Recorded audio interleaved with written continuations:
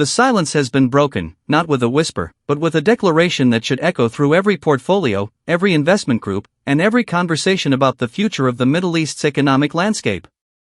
For decades, the narrative surrounding the Iraqi dinar has been shrouded in a fog of hope, speculation, and an agonizing lack of official, credible confirmation, leaving a global community of investors to parse through fragments of information, often from sources with more enthusiasm than authority. That era ended the moment Prime Minister Mohammed Shia Al-Sudani took to the airwaves, and his recent live address was not merely a political speech, it was the single most significant and transparent economic roadmap ever presented by a sitting Iraqi leader, fundamentally shifting the entire dinar conversation from a question of if to a detailed, public strategy of how and when. The shocking hook, the one that must command your complete attention, is that Sudani did not just hint at a revaluation, he explicitly laid out the non-negotiable, structural prerequisites that his government is actively fulfilling to make it an inevitable outcome of their national recovery plan, a plan with a tangible timeline extending directly into 2025. This is a complete departure from the past. We are no longer dealing in the currency of rumor. We are now analyzing state-level policy and publicly stated goals from the highest office in the land. The core of his message, stripped of all political nuance, is that a strong national currency is the crowning achievement of a stable and prosperous economy, not a magic wand that creates one from thin air.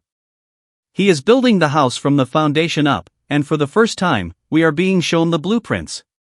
He spoke with stunning candor about the cancers that have eaten away at Iraq's economic potential for a generation: systemic corruption that leaches billions from the national budget, a bloated public sector filled with non-existent ghost employees, and a debilitating reliance on oil that leaves the entire nation vulnerable to global price shocks. His administration is not just acknowledging these problems, they are implementing verifiable, technology-driven solutions. The push for digital identity verification for all government employees is a direct assault on the ghost employee scheme. The aggressive push for international banking compliance, specifically with the anti-money laundering and countering the financing of terrorism standards set by the Financial Action Task Force, is a direct message to the global financial community that Iraq is ready to be a trusted partner. This is the unglamorous, gritty work of economic reform, and it is the only path that leads to a genuine, sustainable revaluation. Think of it in the simplest terms: the Central Bank of Iraq cannot simply decide one morning that the dinar is now worth $3. For such a move to hold, it must be backed by a robust economy. So, with Sudani's blueprint now public and the direction of travel unmistakably clear, the critical question for every serious observer becomes how to separate the tangible, real-world signals of impending monetary change from the ever-present background noise of speculation. The transition from political vision to economic reality is not a secretive, overnight event, it is a measurable process, a series of dominoes that must fall in a specific sequence, and we are now witnessing the first ones begin to tip. The most crucial domino, the one that acts as the gateway for all others, is the normalization of Iraq's relationship with the global financial system, and this is precisely where the most profound, yet underreported, developments are currently unfolding. For years, the primary choke point for the Iraqi economy has been the stringent scrutiny imposed by international correspondent banks, led by the Federal Reserve Bank of New York, which has treated transactions involving Iraqi dollars with extreme caution due to the country's past non-compliance with anti-money laundering and terrorism financing standards. This is not a permanent blockade, it is a conditional one, and Sudani's reforms are directly designed to meet those conditions.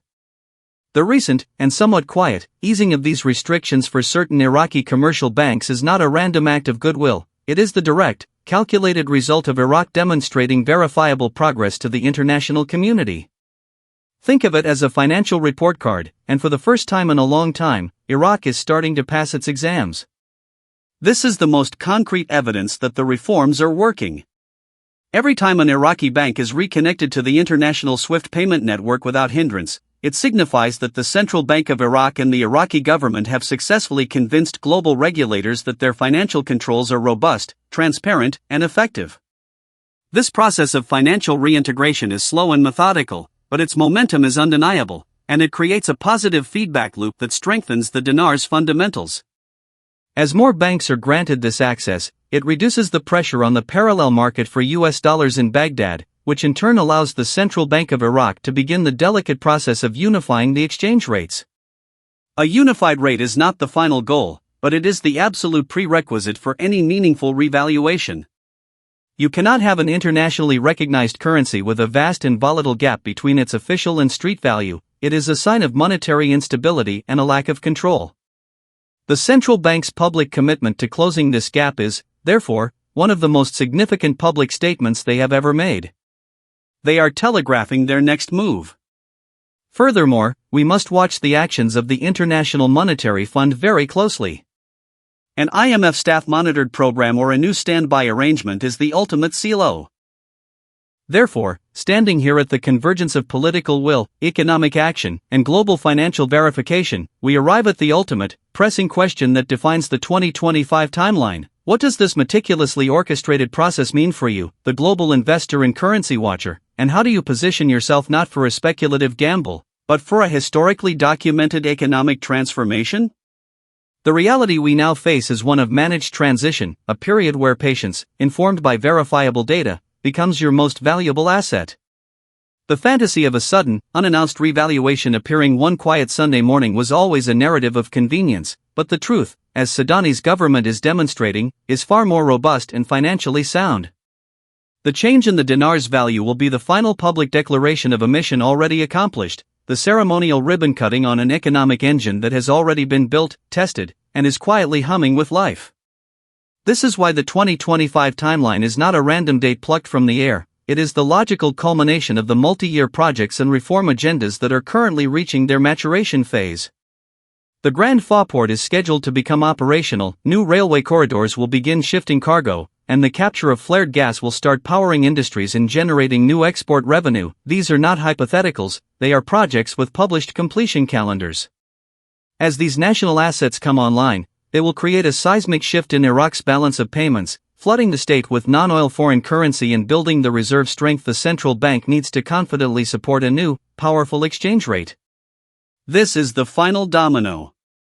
The revaluation, when it is officially announced, will be presented to the world not as a devaluation in reverse, but as a formal recognition of a new economic reality that already exists on the ground. It will be the world's financial markets catching up to Iraq's new economic truth. Your focus, then, must shift from asking when will it happen, to how do I verify the progress?